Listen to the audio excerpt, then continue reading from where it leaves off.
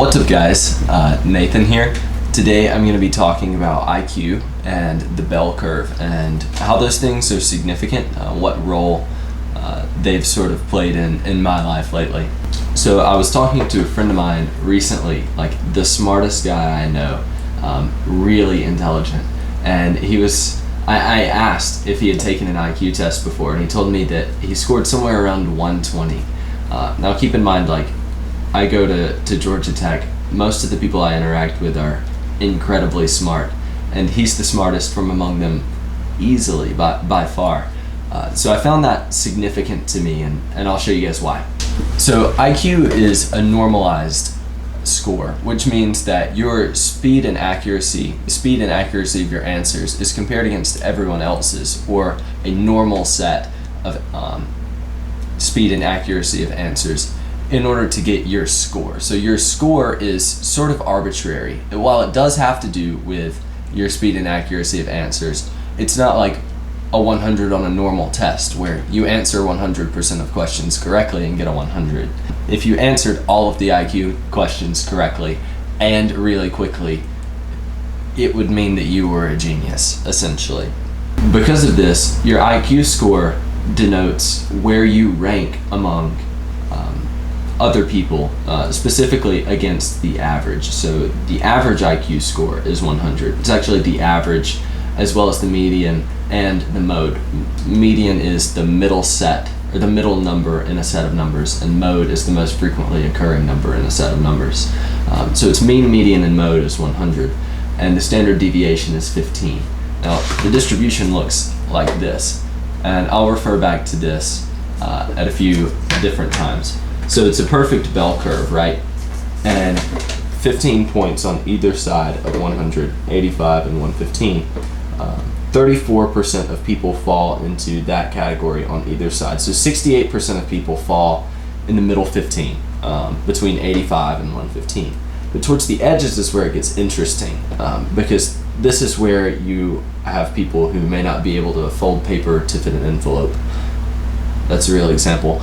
And this is where you start to have people who can read a math textbook and actually understand it. So when someone says, oh, my IQ is like only something like 120, what that means is there are roughly 13%, maybe 14% of people with IQ above them. Now, if there's 300 million Americans and there's 14% of those that are more intelligent than my amazing math PhD friend, that would mean that... Echo, what's 0.14 times 300 million? That would mean there's 42 million Americans, all smarter than my amazing math PhD friend, which is quite a lot.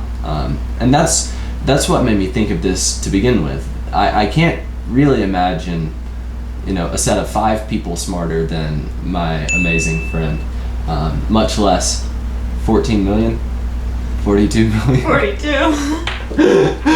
I can imagine a lot of Americans smarter than I am. So there you have it. IQ is a normalized statistic, which means that the score that you get is compared to everyone else's, and you know your rank based on your score.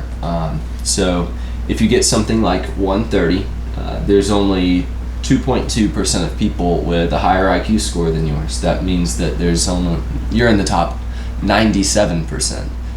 That's really significant. That means that you're really smart. So if you did that, good job. If you didn't, welcome to the rest of us. I find that this topic in general brings up something that I've been thinking a lot about lately too, and that's the problem of selection. So my math PhD friend, I think, believed that his IQ was lower than it actually is because he's surrounded with other Georgia Tech math PhD students who are among the smartest Americans. So to him, 100 is probably somewhere near the lower section of people at Georgia Tech. But the reality is the people at the lower section of Georgia Tech are still quite above average. And I would know, being one of the people at the bottom of Georgia Tech. So that's something that I think about so much. Like, if you think that something's normal, think about all the filters that are applied on your normal day-to-day life. If you work at an architecture firm, you might think that everyone can draw, and you might think that everyone can draw better than you. But the simple fact is that you don't interact with very many normal people. You interact with a lot of architects.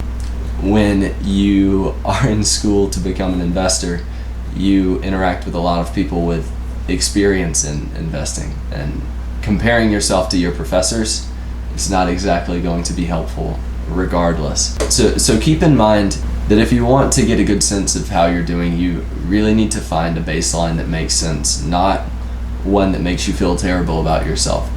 If you Google best marathon times, they will make your marathon time look really bad. But that's not really what matters. What matters is the fact that you did it.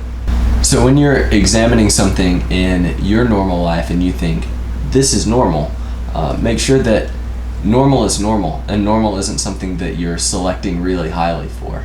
I guess that's a brief introduction to the selection problem. I'm going to talk about that in a later video, but that's all for now. So thanks for being with me, guys. I love you all. I'll see you next time. I figured it out. Your YouTube is a love letter to your friends. It is.